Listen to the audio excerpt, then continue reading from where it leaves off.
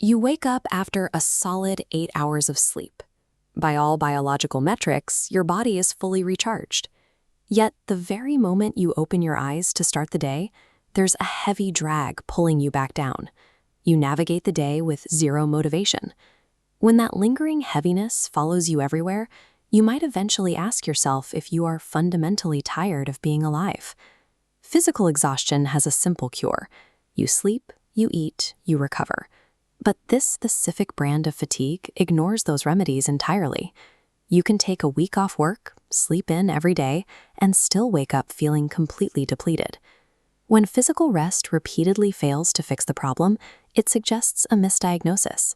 Your body isn't failing to generate energy. Something else is draining the battery faster than you can charge it. Notice the distinct shift that happens the moment you are behind a closed door with your phone silenced. The mental noise quietens. The air in the room suddenly feels lighter. This deliberate isolation doesn't trigger loneliness or the heavy weight of withdrawal. Instead, it creates an immediate sense of peace and safety. In that quiet room, the pressure of expectations disappears. You don't have to perform. You don't have to smile.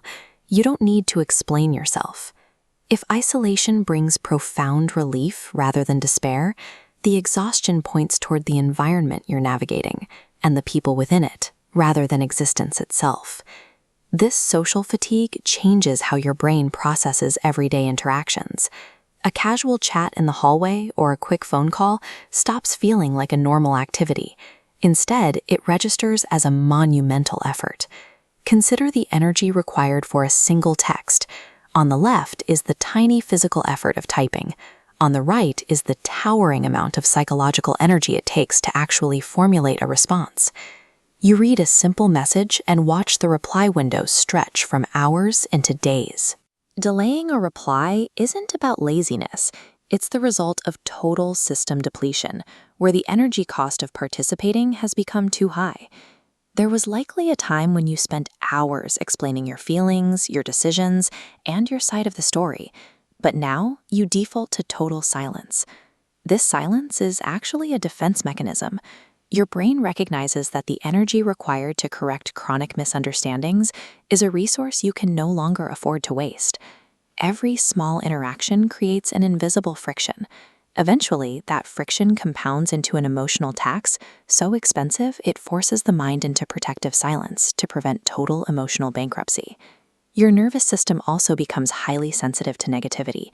The casual complaints, gossip, and unnecessary drama that you used to tolerate now hit you like a physical weight, instantly overwhelming your remaining energy. You stop passively smiling through these encounters out of politeness. Instead, you begin actively restructuring your day to avoid crossing paths with specific, draining individuals. You know the exact emotional hangover you'll suffer, that distinct, hollow exhaustion that ruins the rest of your day before an interaction even starts. The mind triggers this avoidance as an emergency brake, halting interactions that would otherwise deplete your final emotional reserves. Feeling exhausted by people does not make you a bad or broken person. This burnout has a mechanical cause. Energy is flowing out toward relationships that never pour back into you. You've simply been stretched too thin for too long. You are likely craving emotional safety and genuine depth, connections that stabilize your energy rather than emptying it. A shrinking social circle creates the space necessary for real, emotionally safe understanding. It is a deliberate curation of your environment.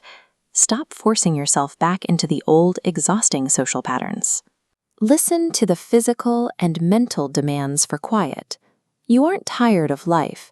You are simply ready to embrace the quiet and navigate the world with a new, healthier intention.